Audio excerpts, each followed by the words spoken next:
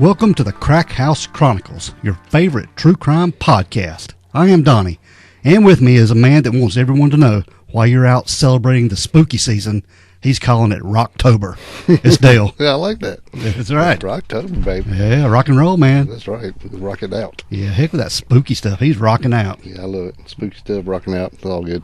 It's all good, man. It is all good. What's going on, dude? Oh, man, it's fair time. Fair weather, too. It is. Nice, nice, nice. Oh, yeah, I'm loving this weather. You love it. You're going to really love this weekend when it gets cold. Oh, yeah, I love it. Yeah, but we want to keep folks down in Florida from Hurricane Ian, keep them folks in your prayers and help them on their way to recovery and getting through all this mess, man. Yeah, I'm telling you, some of them got really hit hard and some of them got really lucky. It's like across the street you're okay, and over here is just devastation. It's crazy. Yeah. That's right. Bad stuff. Yeah, it come up through here, but we were pretty fortunate. We didn't get nothing out of it. Good bit of rain. Yeah. Yeah, not even, it's not flooding type, just a good soaking rain, really. Yeah, no wind or anything, so we were pretty fortunate. Very, very fortunate. Yep. You got any good shout-outs or anything you want to mention, dude? We do, man. I'd like to give a shout-out to our newest Patreons, Heather Trapp and Jennifer Orcutt. Thank you so much for joining our Patreon. Thank you so much, and I'm going to get some new content put up there. You better. You guys hit us up with your address so we can send you some goodies. Yes, please do. All you first guys are going to get hooked up pretty well. Yeah. Really appreciate you. Well, you know. Also, I'd like to give a shout-out to Joshua Norwood, who just kind of basically said, you guys are awesome. Really appreciate you listening, dude. Yep. Thanks so much. Just say something about him. He sent me a message, and I think he had a typo in it, and he mentioned love, but... Oh. Yeah, but... But he come back again with another message that I'm not in love with you. I just love your podcast. Oh, don't break down his heart like that. Yeah. Yeah. And a quick shout out to Dale Elmore. We appreciate you rocking that sticker on the back of your car, man. I saw it at the fair, and that's a great way to share the show and get the word out. And you guys check out his YouTube channel. Just look up Dale from Shelby. That's Dale Elmore. Yep. I need to ask Dale from Shelby where that slaughterhouse is that he done in that one video. Yeah, I need to find that out. Well, I'm sure he'll let you know. Yeah. He listens every Monday morning. Yep. He's a quite good fan. Yeah, we appreciate him. Does that sound good? Quite good? Oh, yeah. He's a damn good one. How about that? Yeah, very good fan. There you go. We appreciate him. All right, nothing else, dude? No, I don't think so, except for you guys get ready. About time get you some hoodies and stuff. We'll definitely have to order me one, I think. You said something about today. Yeah, I'm going to have to order me a new hoodie, I think. Yeah. Yep. Mine's about wore out. Get you something from the store page. Get you a T-shirt, a hoodie, mug, sticker, something cool. Whatever you need. Yeah. We got it. We got you. And if you listen to us on Apple Podcasts, please go over there and rate and review. Write something in the box. That's right. Click that 5-star. I promise you, it helps.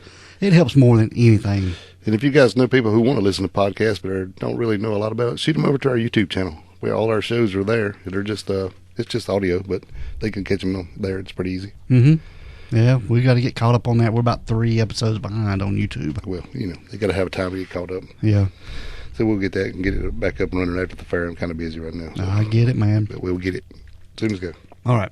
Let's get this going. There's nothing else. We're going to get going on this episode, man. Let's do it. And today we are talking about Jesse and Barbara Anderson. Yeah, Miss Barbara. Yep. We're going up to Wisconsin today, aren't we? Yes, we are. All righty. For the most part of this story. Yeah. But we're going to start with Jesse Anderson, and he was born on May the 3rd of 1957 in Indianapolis, Indiana. Right. But he grew up in southern Illinois, the city of Alton. Yeah, Alton. Yeah. He was raised in a middle-class family along with 2 sisters, Karen and Deborah. All right. And Jesse was remembered by a high school friend who said he had a short temper and was prone to fly off the handle. You don't think so? Yeah, I think he was. After studying this case, I think he was very prone to fly off the handle. Yeah. And just saying, if things didn't go as well, that's the way he was. It's kind of his way or the highway, I think. Pretty much, kind of guy, right? Yeah. Yeah. And there's another school friend, remember him as being very smart but not very outgoing. Imagine that. Yeah. Now, on May the 25th of 1970, Jesse was 13 years old, and his father, Levi, died of a heart attack. His mother, Mary, remarried a short time after that to a guy named Willard Forsey. Willard, yeah. And he had children of his own who Jesse had a pretty bad relationship with. They didn't get along too well. It was a little negative, wasn't it? Yes. And it was on one occasion when Jesse was young, he got into a fight with his stepfather and beat him so bad that he was actually taken to the hospital. Damn, he beat up Willard. Yeah. Mm. Yeah. But Jesse went on to graduate from Alton High School in 1975, and after that he left town without ever returning. Probably a good thing. Yeah, it was a good thing. Yeah, you need to get out of there. Now, in the fall of that same year, he enrolled in Knox College, where he studied pre-med and military science and became a member of the ROTC program. And at that time, he was also employed as a cook at Happy Joe's Pizza. Oh, that's a perfect place for him. Yeah. And this restaurant was owned by Jim McGraw in Galesburg, Illinois. All right.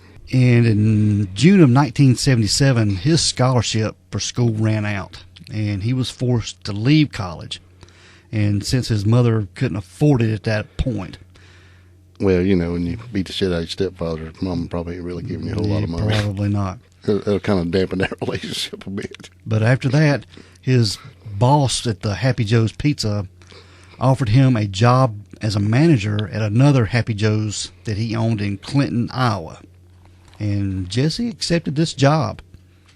And he moved in with McGraw and attended Clinton Junior College for a while. And in 1978, he met and fell in love with the sister of a coworker. Her name was Deborah Ann Reese. And eventually, McGraw found out Jesse was stealing money from the cash register. Yeah, that ain't good. Well, he actually suspected it.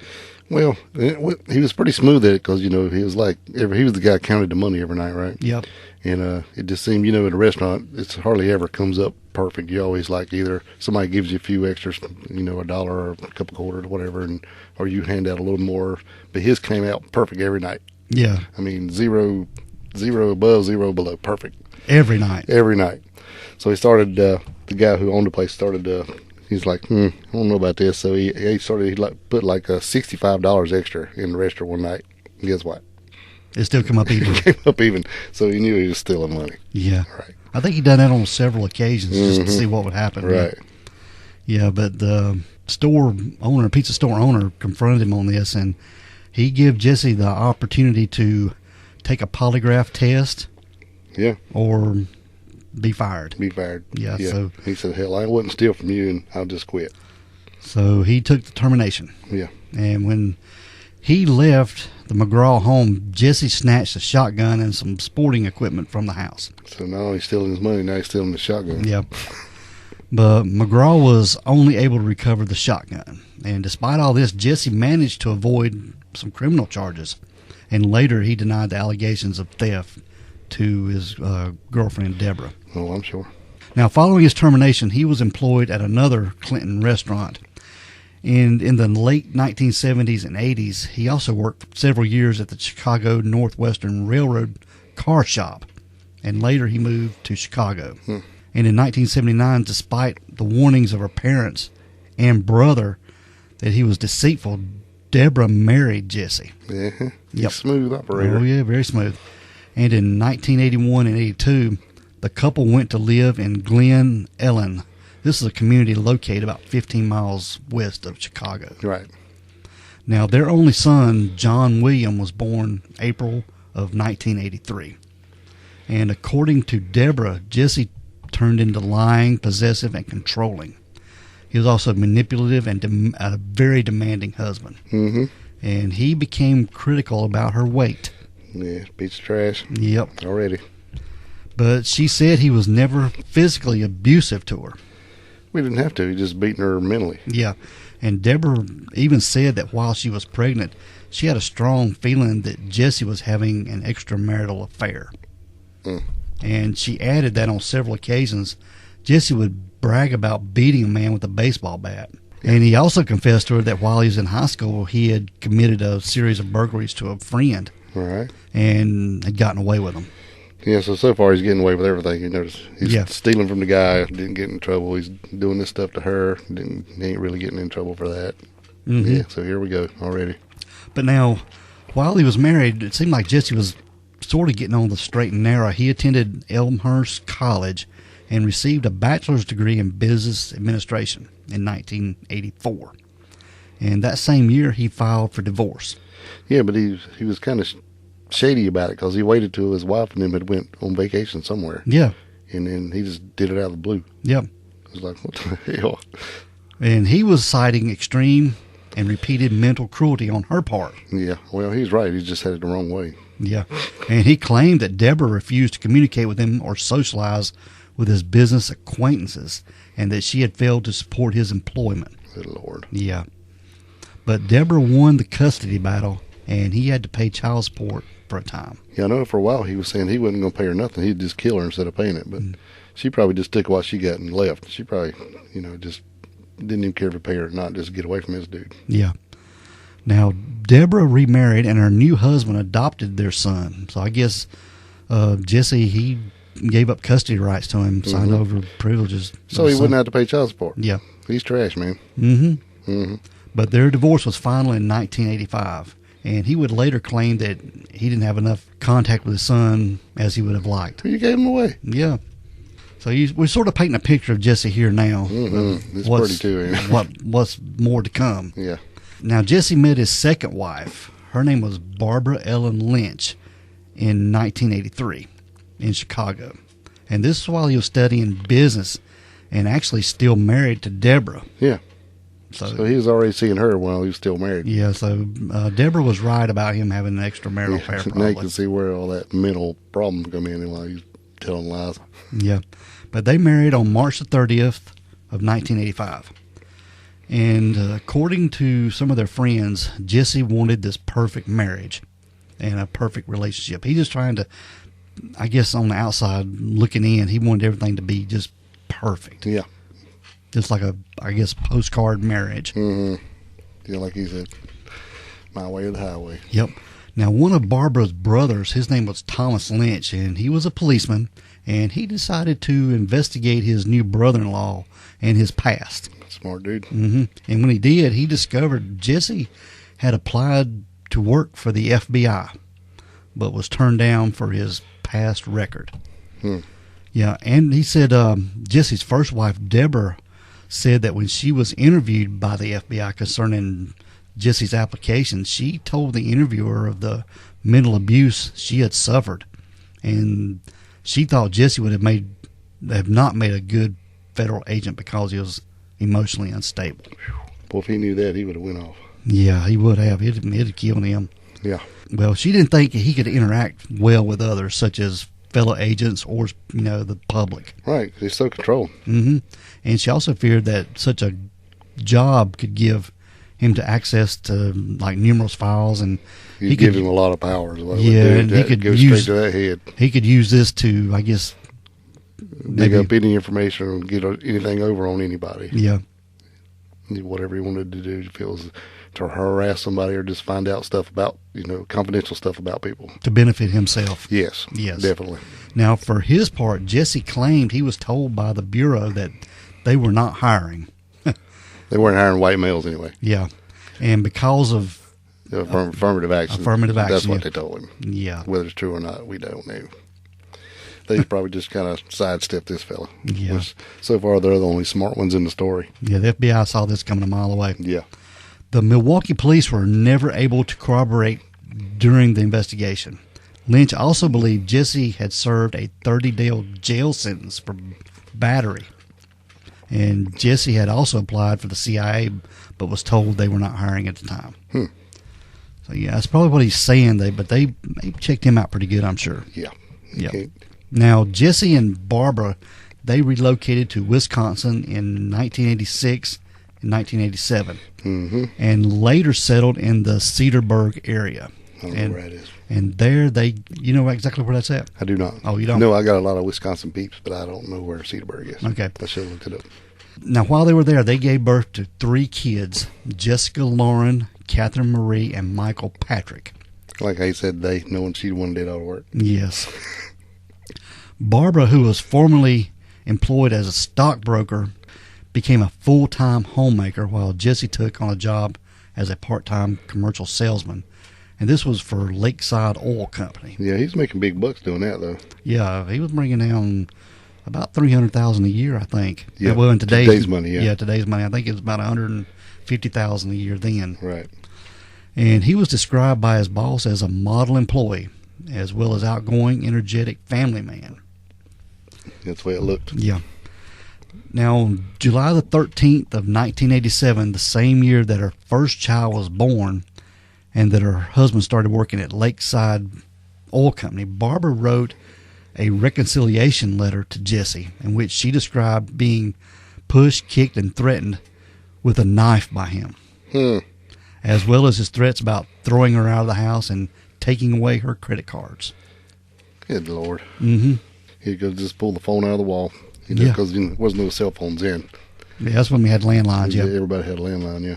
And he would eventually talk about their divorce and how he could throw a knife while at her and still holding a child. He's a bad dude. He's a POS. Yes. This dude pisses me off. Yeah, I'm glad Dale's pissed off because when he's pissed off, he can study a little bit more and learn these cases. Yeah, this dude's a real trash. Now, in August of 1988, Jesse formed Olympic Petroleum Products Incorporated with Barbara serving as president and sole shareholder as a means to obtain minority contracts. He is a pretty smart business guy, though. Yeah, I give him that. Yeah. Now, according to friends, Jesse had a strong desire to attain political office. He's all about some power, man. Yeah. And once served an appointed position on the Cedarburg Board of Appeals. And in 1988, he made an unsuccessful bid for Cedarburg Common Council. And he was also a golfer. He took karate, kickboxing, and he was a big fitness buff. Right. He was also a volunteer for different agencies and church activities. Mm-hmm. Mm-hmm. And as well as the treasurer of the Cedarburg Lions Club. So they all up in, doing the political thing, going to the church, doing everything that looks like you're the perfect guy. He's got this front going that everything's just fine and dandy, and they're the perfect power couple. Yeah, community clubs, just out doing the thing, being seen. Yep. Look at me, look at me. Yep, and Barbara was also active in Big Brothers and Big Sisters organizations. So they were doing the thing. Right. Now, Barbara began having difficulty losing weight after her last delivery. Well, hell, she had 3 in a row. Yes. She popped them out pretty quick. Yeah. And Jesse became pretty critical of this. And in January of 1992, she visited a marriage counselor.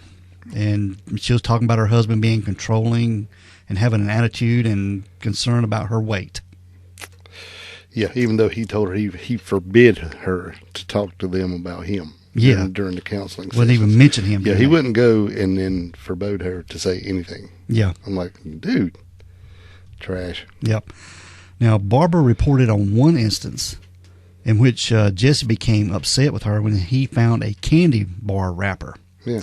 And another in which she was at a party and asked a friend to sneak some chocolate out of the room and that Jesse was in. Yeah, bring it to another room so she could eat it without him giving her shit about it. Mm-hmm. Trash. And it was a close, yeah. I'm telling you, He is trash, man. Now, a close friend of Barbara by the name of Patricia Dalton reported similar episodes and added that on more than one occasion, Jesse had tried to prevent her from talking on the phone to her. Right, just telling people that she wasn't home. Yeah. And just stuff like that. And he's like, oh, just cut it out, like he was a joke or something. But I'm sure he wasn't joking. Yeah. He tried to cut her off and then just treat her like trash and putting all this stuff in her head and making her feel bad. And it's just mental abuse, and it's bullshit. Well, we can talk about this right here, too, that he was complaining about her weight. But we did a little research on this, and Barbara was 5'10", Dale. Yeah, and fairly tall. Yeah, and 159 pounds. Yeah, I mean, it ain't like she's 400 pound and 4'3" or something. I mean, and that still would give you the right to tell her anything about that. Yeah, that just pisses me off. We found pictures of these couple, and we're going to post them. And Barbara was a very beautiful lady. Mm-hmm. Yeah, there was another family friend by the name of Rosalind Dietrich.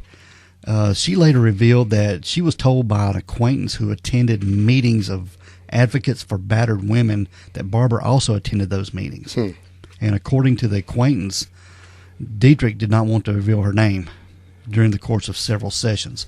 And Barbara claimed to be a victim of verbal and physical abuse, by which her husband would strike her in the areas of her body where it wouldn't show.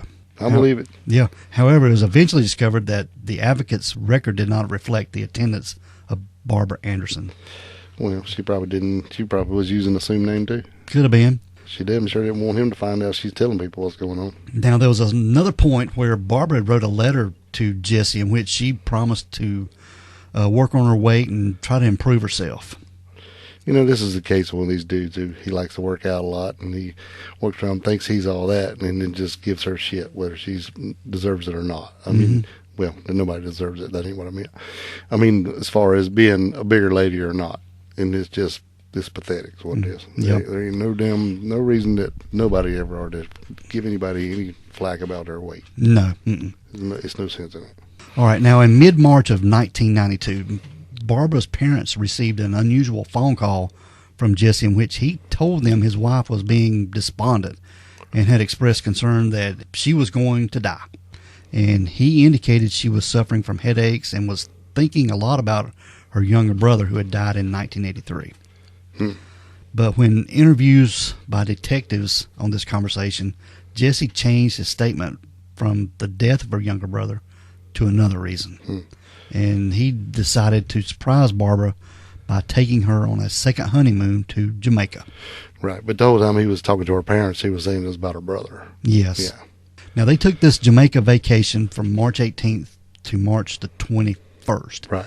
And some information later obtained by her parents revealed that Jesse played golf every day while they were there. Yeah. And so it was one of the most miserable trips she'd ever been on. And she wasn't going to go on a trip on. And then at one point they went to like this waterfall was pretty high, and he was making her climb up this waterfall, even though she was constantly slipping because she had on some shoes. Like sandals or something. Yeah, and he kept getting her to make her go higher and higher. I think he was just trying to get her to damn fall, if you ask me. But, you know, and then finally she just refused to go on up, even though he ridiculed her for it, you know. And so when he got back, she said, I'll never go with him again any trip when we go by ourselves. Yeah.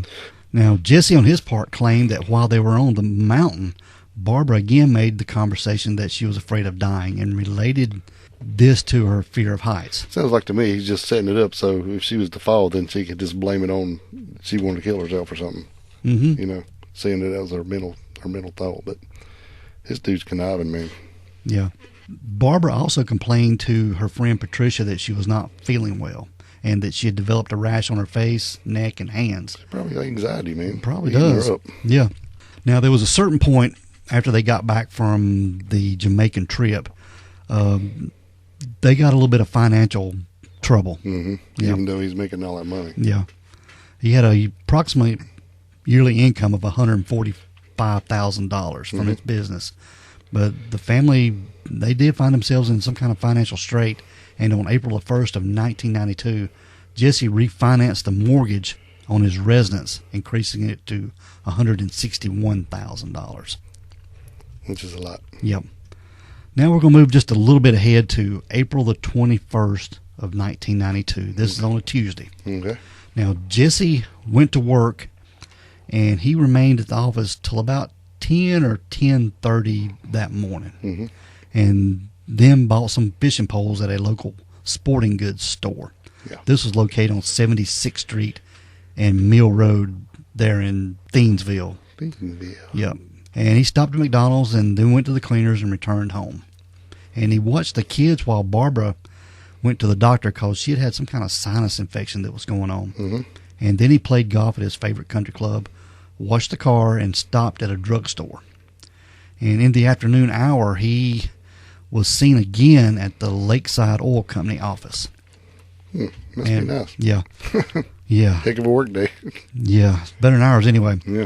Now, since they had been planning days in advance to go see a movie that evening, they hired a babysitter. Well, you know, if you got 2 or 3 kids and stuff going on, you have to plan that a couple days in advance. I get that. So at approximately 6:30 p.m., they left for the North Ridge Shopping Center.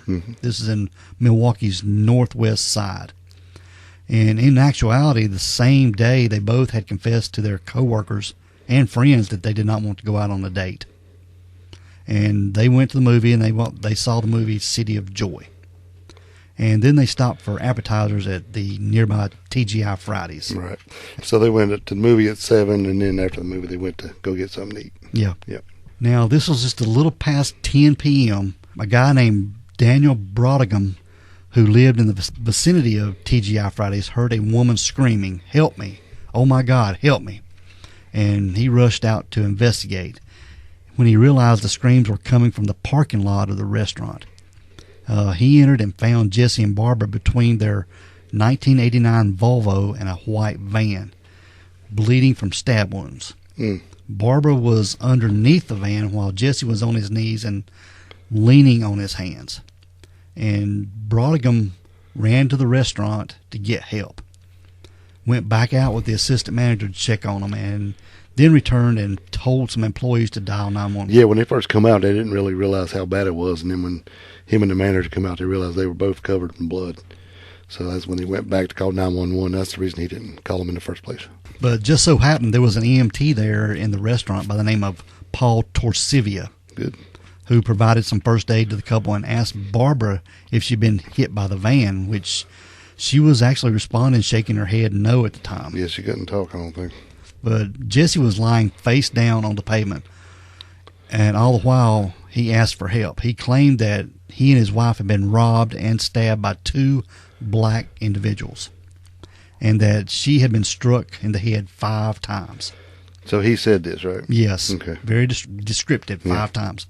While he'd been stabbed in the chest. My arms are numb, but I'm okay, that's what he told the EMT worker. Right. And despite some advice from the EMT, Jesse pulled the knife out of his chest. Yeah, you don't do that. It was a 4-inch blade. Yes, with a hook disgorger. It was like a fishing knife. Well, it was a 2-bladed gimmick. One was the knife, and the other one was the hook disgorger, or whatever it's called. The hook taker outer. Yeah. Thingy-mabob gimmick. Yeah. Gimmick, yeah. Yeah. And Jesse urged that his wife, Barbara, be taken care of first. Oh, yeah. And he gestured to the knife and to a black wool Los Angeles Clippers hat that was on the ground. And he claimed that the knife and hat were from the assailants.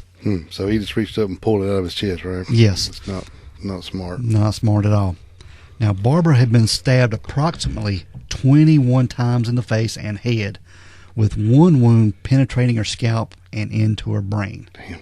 And Jesse had been stabbed 4 times in the upper left chest and shoulder area. They were both hospitalized, and Barbara was placed on life support. You think this fellow's right-handed? I do not know. I would say so. If he was stabbed in the upper left chest, I'm saying he's right-handed. Yeah, it'd be hard to stab yourself in the left chest with your left hand. Yeah, because I'm not buying this yet. Yep. Okay. Now, Jesse told the Milwaukee police that he and his wife were attacked while reaching their car coming from the restaurant, and the assailants were 2 young black males who struck without warning and without demanding anything from them. So why did he say he was being robbed? I don't know. Okay. Now, during the course of the investigation, detectives interviewed Jesse several times on the incident. And the same night of the attack, he claimed that he heard his wife screaming, turned around, got stabbed by one of the suspects, then pushed the other one away. And the suspect's Clippers hat fell off. And he was stabbed again and hearing his wife screaming. After that, he attempted to drag Barbara under the van next to the car, I guess to get her out of the way. Get away from the guys? Yeah, which makes sense at that point. And at that point, the two... took off running toward the Best Buy. Yeah, 2 assailants. Ran across the parking lot. Yes. Yeah.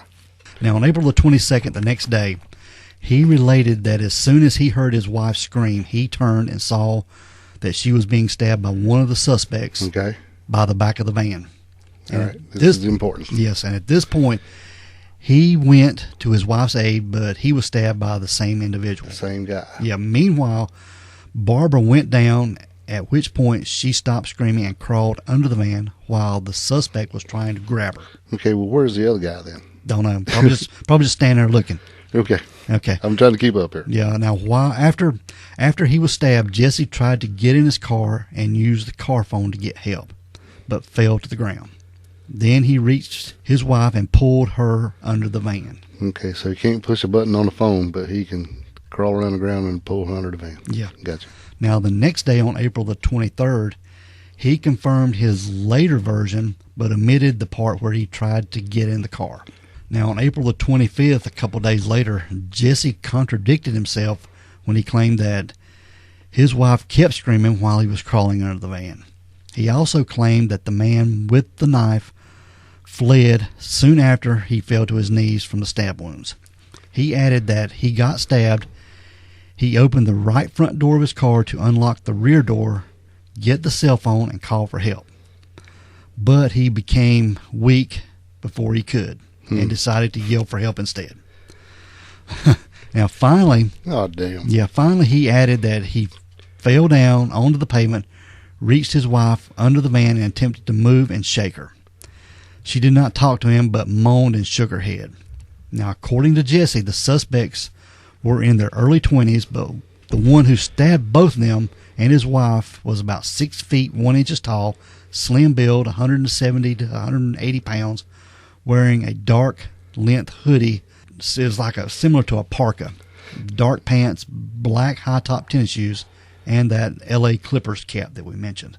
Yeah, he had it on backwards in a way that it would indicate gang affiliation, according to him. Whatever that means. Whatever that means. Yeah. Now, wait a minute. That's a lot of damn details to get when it's 10:30 at night in the dark and you fighting off two guys with knives. Yeah. You know, when you're stabbing your wife and you go to help and he stabs you and you go down and you're so weak you can't push a button on a phone, but you can remember all this? Getting attacked from behind. Right. Yeah. Okay. Now, so, just stating facts. Yeah. He also stated that he had a medium complexion, had hair that was really short on the sides and back but longer on the top, and had a thin mustache. And as for the other suspect, he described him as thin build, smaller than the other, and wearing dark clothing, but was unable to give any kind of details. Mm-hmm. Brenda Newman, who lived in the same building as Daniel Brodigan, this is the guy that originally heard the screams and went for help, claimed that she heard a woman screaming, help me, at approximately 10:10 to 10:15 p.m. Okay. And when she looked out the window, she witnessed a woman being chased by two dark-clothed African Americans near a white van in the parking lot. And according to her, several people who were leaving the restaurant witnessed the scene and did nothing. She also witnessed Daniel Brodigan running towards the TGI Fridays, and minutes later, after she had woken up her boyfriend, Brenda Newman saw the same individuals running toward two separate cars in the general direction of the Andersons. But she failed to describe the woman and her hair or clothing. But now get this, Dale. No one else saw the attack. Right. Police were unable to lift fingerprints from both the knife recovered at the scene and the blood-stained key found in the Volvo's passenger side lock. Right. Now, when confronted with the letter found in Barbara's purse, Jesse denied that he and Barbara had any kind of marital problems. He said they were fine. Yeah, and they found out later and like, well, what do you think about this? Mm-hmm. You know, and also it helps, you know, to get rid of some fingerprints if you grab the knife and stick it in your chest and pull it out yourself and can take all the fingerprints off of it. Yeah. They weren't there. It's kind of crazy that he'd stab himself and pull a knife out. Mm-hmm. Yeah. Now, it did go in enough to puncture a lung, so... Actually, his lung collapsed from it. Right, so, I mean, it's kind of like the scream guy, you know. Yeah, it's a little deep. Yep. Okay. All right, now on April the 23rd, Barbara Anderson was removed from life support at the request of Jesse Anderson. Request, he demanded. Yeah, pretty much. Yeah, they basically went in and told him, you know, she was brain dead, so he said, take her off right now. And I don't want her off, and if any of the doctors want to do anything about it, I'll kick their ass. Mm-hmm.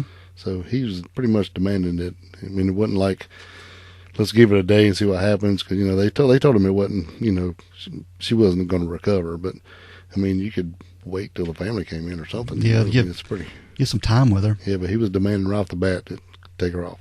Just and then about a day later, I think it was, that they took the tube out of his chest, and he was up and walking around, so...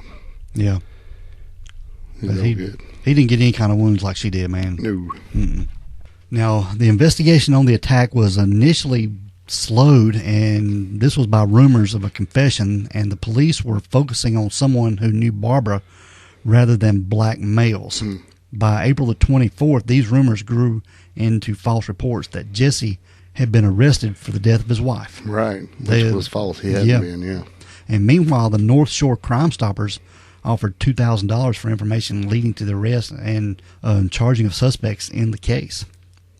Now, between April the 24th and April 25th, the Andersons' car and home were searched.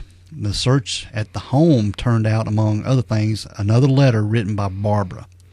And on April the 25th, Jesse left the hospital in an unmarked squad car, which brought him to the police administration building. Right. Where he was interviewed again, yeah. Yeah.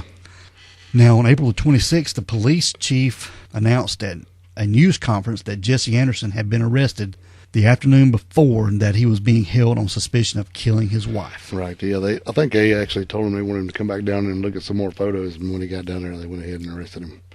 So this time it was for real. Yes. Yeah. And it was later revealed that within hours of the stabbing, investigators split over the veracity of Jesse's story of the attack on him and his wife by two strangers. Mm-hmm.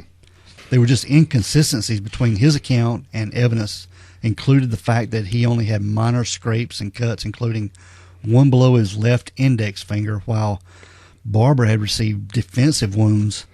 Yeah, all on her hands and her forearms and everywhere. Yeah. Yeah. Like blocking knife blows. Yeah, she was fighting for her life, and he's just got little smidge. Yeah.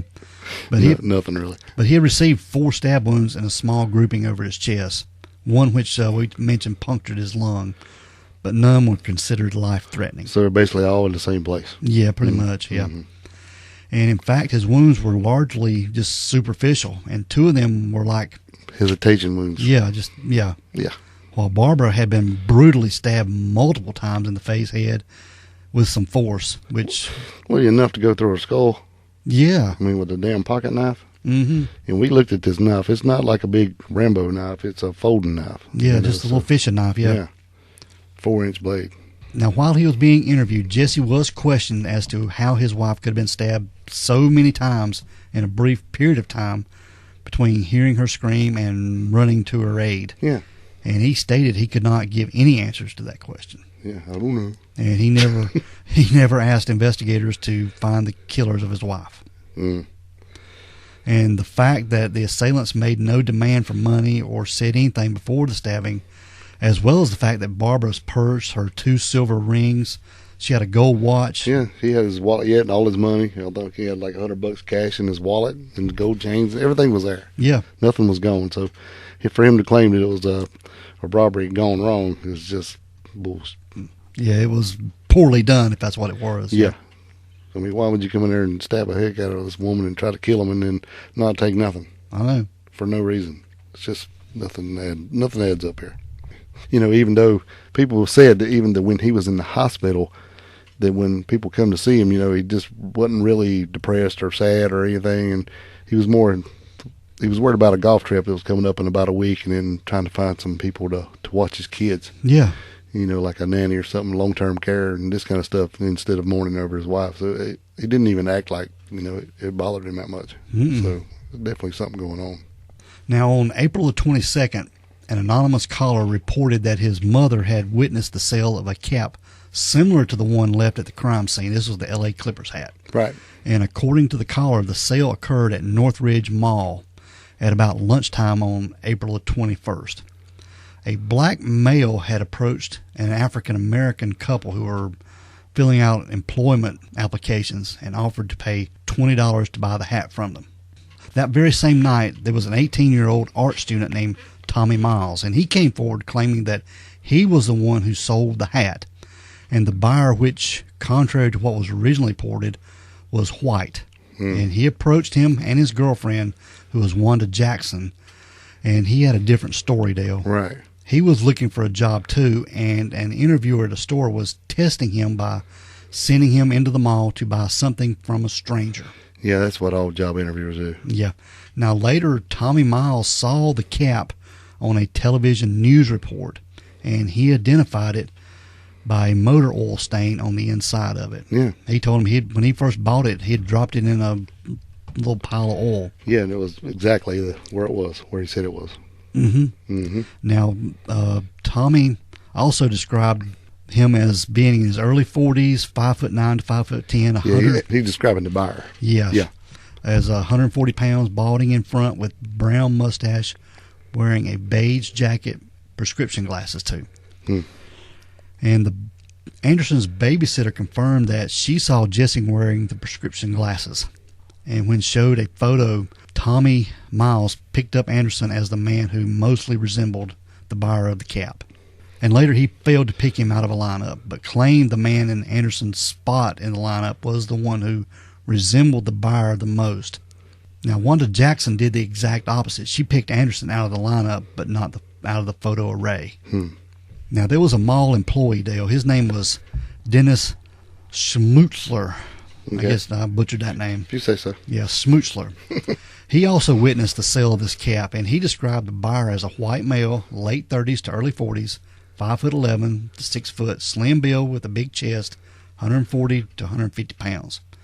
Short grayish black hair on the sides, balding on top, with a light tan. Wearing beige dress pants, a beige sports coat, white shirt, brown or black shoes with no glasses. That's a lot of stuff. Yeah. Somebody's paying attention here. Now, when showed a photo array, he identified Jesse Anderson as the buyer. He picked him out. Right. So this dude that looks like Jesse Anderson a lot walks into the food court in a mall and walks up to a guy who's filling out applications at a table. Yep. And offers him $20 for the hat off his head. Yep. The black guy. Trying to buy the hat off the black guy. So, and I think Tommy had said, hell, he didn't give him $14 for the hat when he bought it new, so he definitely sold it to him. For $20, yeah. And then I think him and his girlfriend went and got lunch off with the extra money he made. But this is a long way to go to set somebody up, man. That's the way it looks to me. If he's going to do this, why would you do it in front of all these witnesses? Exactly. Yeah, Jesse's not too bright, dude. Well, he is and he ain't. He's trying to. He thinks he's smarter than everybody else is what the thing is here, but he ain't. Now, on April the 26th, Dennis Lieberg related to police detectives that on March the 29th, he had witnessed a similar occurrence. He was at Northridge Shopping Center with his wife, and he witnessed a white male fitting the general description of Jesse Anderson approaching a couple of young African-American boys, one of them wearing an L.A. Clippers cap, and the white male offered to buy it for $25 to $35. And Lieberg added that when he saw a photograph of Jesse Anderson in the newspaper, he thought he resembled the white male at Northridge. So he tried to buy it from somebody else first? Yeah. What this guy's saying. Seems like it, yeah. So there's a lot of people that's seeing Jesse there at the mall. Right. All right, Dale, there was another witness that came forward. His name was James DeShazer. He was an owner of a military surplus store, and he claimed that his clerk, Ora Ronkowski, sold the knife used in the stabbing a month earlier. Yeah, they said that basically this particular knife was only available in 2 different stores in this area or something. So it wasn't probably not hard to track us down. And this Ora Ronkowski picked Jesse Anderson out of a lineup as the buyer. And police learned from the knife's distributor that the store was the only one in the Milwaukee area that sold it. Oh, shit. Yeah, and according so to... there's only one then. Yeah, and according to DeShazer, he had sold only one of these knives that he had stocked. Yeah, I think he went in, and when the guy come in, whoever the guy was, it probably really resembled Jesse Anderson. He was looking at a different knife, or he tried to sell him a different knife when he was looking for a fishing knife, but he didn't want that one. He wanted one that had more of a point, and that's when they sold him this one. But DeShazer was able to recover the receipt for $18.95, the exact amount of the knife, issued on April the 2nd of 1992. Right. Now, investigators also discovered that in early April of 1991, the Andersons had applied for a $250,000 life insurance policy for Barbara. So it's the previous year? Yes. Okay. Now, Jesse claimed that he knew about the policy, but denied that he had any knowledge of the amount until he checked on April the 24th of 92. Yeah, I think when they asked him first if they had any, he just said no, and then it's like, well, what about this? And like, oh, and he acted all surprised, like she had taken it out by herself or something. All right, now, April the 27th, police requested the intervention of the FBI's Behavioral Science Unit for an assessment of the crime scene as to the possibility of it being staged or false allegations against Anderson that was set up by Anderson to cover up Barbara's death. Right. Now, they observed staging elements and set forth the nature of false allegations made by Anderson. And the same day, Jesse was allowed to pay his respects to his wife before the funeral. Yeah, I think they were hoping he would just break down if he got to see her. Yeah, they took him to the funeral home in handcuffs. In handcuffs, yeah. But the same day, Jesse was allowed to pay his respects to Barbara before the funeral. And it was later revealed that was part of a ploy by the police to see, like Dale said, any reaction or to get a confession. Well, and then basically he just walks up and he's like, honey, I'm sorry, I love you, and all this emotion, and he just tried to be very emotional, though he couldn't shed a tear. No. Mm-mm. Then he said basically he wasn't feeling well, in which he had to go back to the restroom, and then I think they took him back to jail after that, didn't they? Yeah, they did. Mm-hmm. Now, on April the 28th, prosecutors charged Jesse Anderson with first-degree intentional homicide, which carried a mandatory sentence of life imprisonment. The assistant district attorney, Carol L. White, claimed the defendant was a flight risk and requested and obtained $500,000 bail. And on April 29th, Jesse Anderson was also ordered to surrender his passport.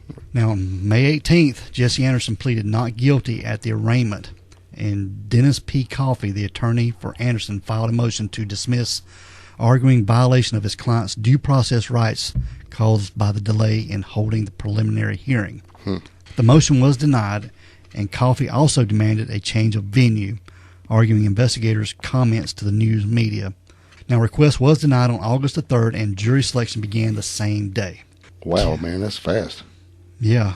The prosecution's case was that Jesse premeditated the murder of his wife, whom he had previously abused and with whom he wasn't getting along. Oh, yeah, well, I mean, they got those letters just telling everything, and then this bogus robbery. Mm-hmm. So they got a pretty good bit of stuff on this guy. And the insurance money was also suggested as a motive. Right, that he didn't know about. Yeah. Now, on August the 13th, Jesse Anderson, who declined to testify during the trial, was found guilty by an all-white jury after 9 hours of deliberation.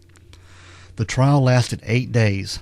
On September the 29th, he was sentenced to life without the possibility of parole until 2052. At his sentencing hearing, Jesse Anderson lamented that he had been treated unfairly by the judge and jurors, who he claimed were biased due to excessive publicity. He also vowed to continue pursuing the assailants that he contended killed his wife. Judge Michael D. Gooley responded to Jesse's denial of guilt by saying that he should have been on his knees praying to God for forgiveness, that he could see no remorse for true feelings in him, that he had preyed upon fear and racism, and the court would not have allowed him to ever be on the streets again. Well, I mean, they had him dead to rights, really, if you think about it. Yeah. I mean, he claimed it. He definitely did not get into the car. And he had opened the front passenger door to get the cell phone out, was too weak to make the call and fell back to the ground. But then, then he changed it. But the fact that the blood matching Anderson was found on the rear passenger side door in the back of the front passenger seat and on the rear floor mat. So blood matching his wife was found on the sleeves of his sport coat that he was wearing that night. And then if they found human and animal hair in that hat, and when they checked the human hair did indeed match Tommy Miles, but the other hair matches the Anderson's dog.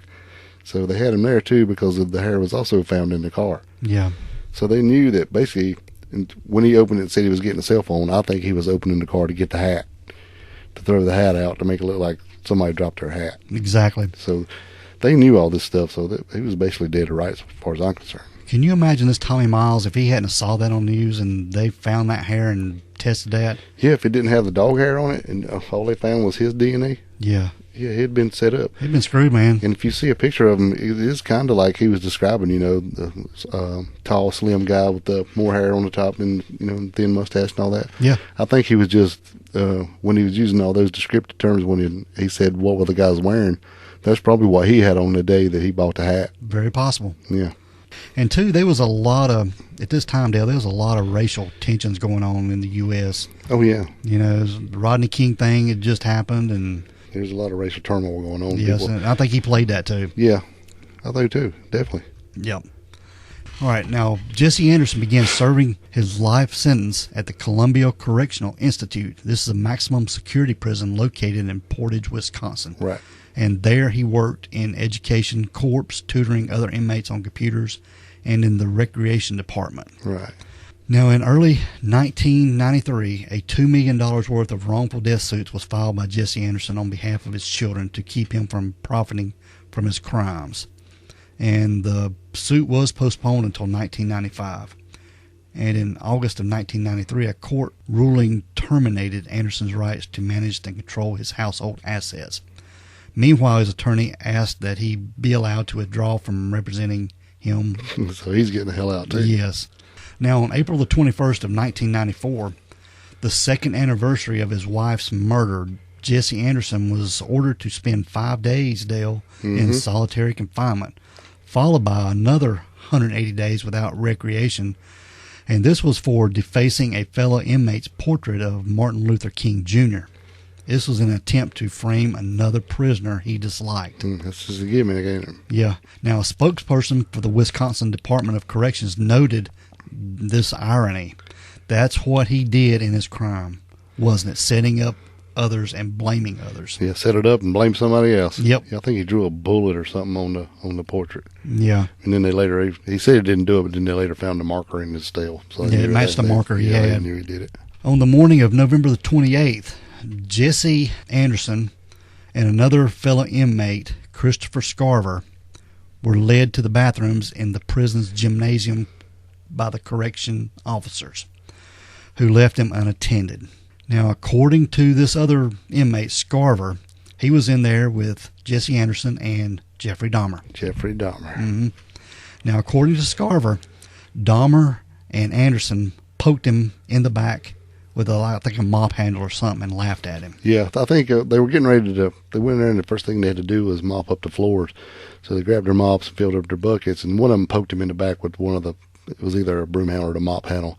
And when he turned around, both of them just kind of giggled. Mm-hmm. So he didn't know which one did it. Even though he looked them in the eye, he couldn't figure out which one did it. So that's what caused that. They were just giggling at him and stuff. Yep. So then they all split off and went into 2 different bathrooms. I think Anderson went in one bathroom, Dahmer went into another bathroom. Yeah. And Scarver was left in the main room there. Yeah, in there with Dahmer. And this was when he confronted Jeffrey Dahmer with a newspaper article detailing his crimes and asked him if he did those things. Mm-hmm. And at that point, he brutally bludgeoned him in the head with that steel rod. Yeah, I think he took a steel bar. I think it was like from a weight.